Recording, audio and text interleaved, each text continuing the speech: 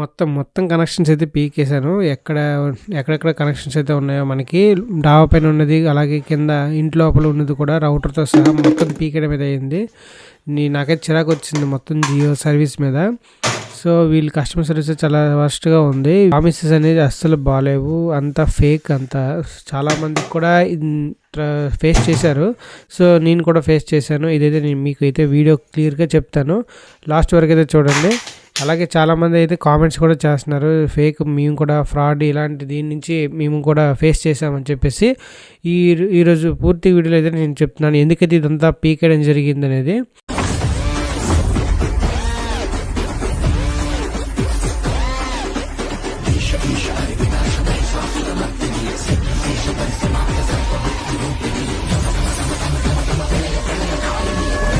Friends, నా పేరు రాకేష్ కుమార్, మీరు చూస్తున్నారు రాకెట్ టెక్నోవర్స్. ఈరోజు మన వీడియోలో వచ్చేసరికి యాక్చువల్గా నేను జియో ఎయిర్ ఫైబర్ అయితే పెట్టించుకున్నాను.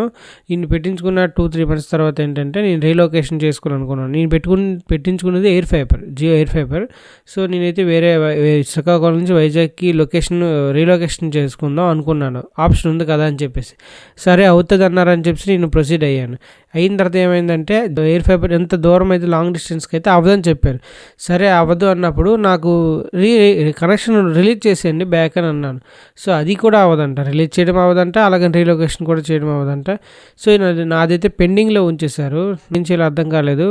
సో రిలీజ్ చేస్తే కనీసం 3 months ఏదో ఉంది, నెట్ అయినా వాడడం ఏదో చేస్తాం, లేదు మేము రిఫండ్ అనేది ఇచ్చేసేయండి. మీరు రిఫండ్ ఇచ్చేసినా సరే నేను తీసుకుంటాను, నేను జియో రీఛార్జ్ చేసుకుంటాను కదా, కూపన్స్ అని ఇష్యూ చేయండి అంటే అది కూడా చేయలేదు. సో రెండు కూడా చేయకుండా అలా వదిలేసారు. డిస్కనెక్షన్ వస్తామని చెప్పేసి వాళ్ళైతే మనకి కాల్ చేయడం జరిగింది. సో డిస్కనెక్షన్ లిస్ట్లోకి వెళ్ళింది కదా, ఒకసారి వెళ్ళిన తర్వాత అయితే దాన్ని కనెక్షన్ రిలీజ్ చేయడం అవ్వదంట.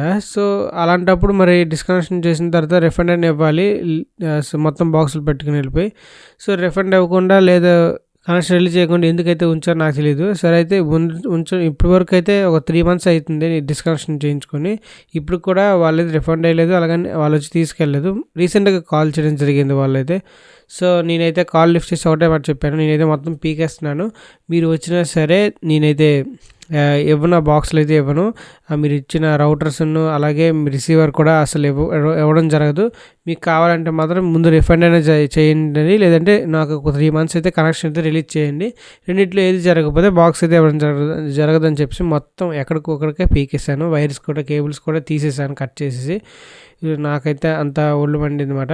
చాలామంది ఇది కూడా ఫేస్ చేసి ఉంటారు, ఇలా రీలొకేషన్లో ఉన్న ట్రబుల్. ఎలా చేసుకోవాలన్న వీడియో కూడా నేను చేసి పెట్టాను, మీకైతే కార్డ్స్లో అయితే కనిపిస్తుంది, ఇటు సైడ్ కానీ అటు సైడ్ కానీ.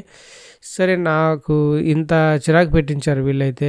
జియో అయితే మాత్రం ఇలా ఉంది. మరి మిగతావి నేను వాటి గురించి కూడా ఫీడ్బ్యాక్ వేరే వాళ్ళ తీసుకొని ఖచ్చితంగా దాని మీద కూడా వీడియో చేస్తాను.